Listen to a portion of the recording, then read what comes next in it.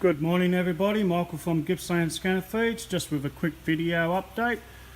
For those that have been following my Facebook page at Gippsland Scanner Feeds, you may already be aware that I had issues with the server that was running the feeds into the net.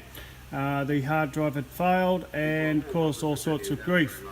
So I'm running currently the backup PC that I have here in storage.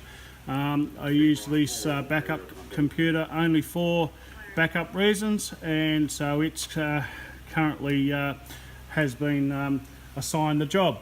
The hard drive that was in the original server, I tried all the usual methods to recover the hard drive. I used freeze-on on the circuit board.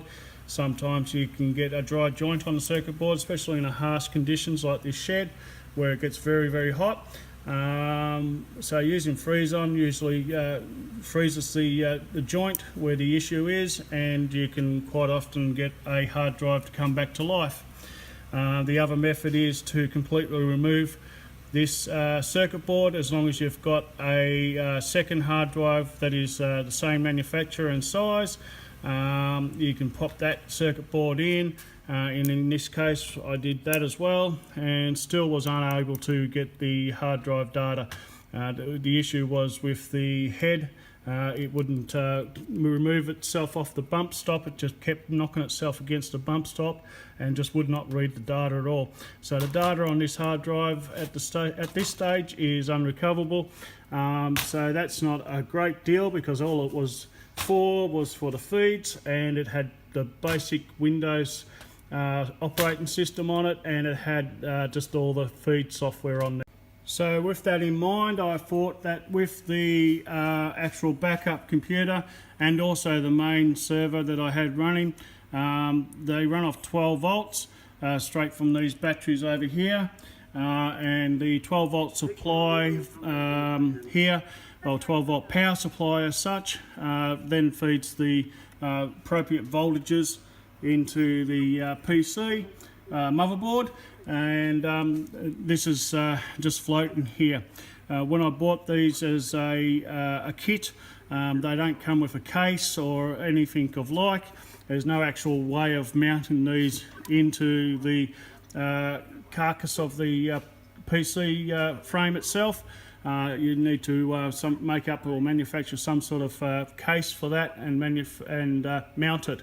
But I thought there has to be a better way with the main server when I get it back up and running, and so I've decided to mount the main motherboard on a bit of chipboard that's on my wall here. So I've got the main motherboard here, and I've also mounted the actual power supply, the 12 volt power supply, to the main board as well. I've got it orientated in this direction because that's the way that I've got the cables. The cables aren't very long with this power supply. A little bit short on this one here, but if I mount the power supply up here, then it means that these cables are a little bit short. So this is where it has to be, and it works well. I've got another hard drive installed. Actually, got two hard drives there, one for the operating system and one for the main data. Probably not necessary, but that's basically what I've done with the backup system. So the backup system has two drives, one being the 1 terabyte hard drive that I use for data, and the SSD drive above it that I use for the operating system. Main reason why I use an SSD drive is because it has a quicker boot up time, but unfortunately SSD drives don't like having a lot of read writes to them, and they can fail quicker. So in this case, that's why I use a separate data drive for the main software to read and write, where then the operating system is free to back up on the occasion, but has less read writes, but will boot the computer up in a faster boot method.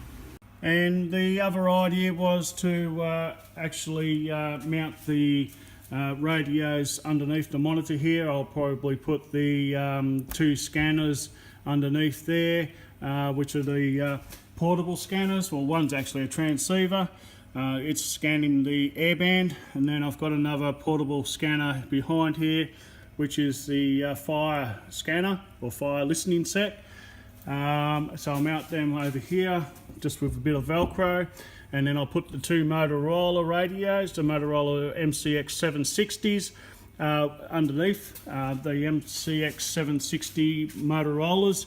I've got the police and the ambulance in them, and I also have a Realistic Pro 2010, which is monitoring the airbands, the ESAL RAF Base's weather station. I'm not quite sure what I'll do with it yet. I might be able to mount it flat over here as well. We'll see how we go. But so the idea is to try and neat and tidy the system up and have it all mounted on the chipboard there.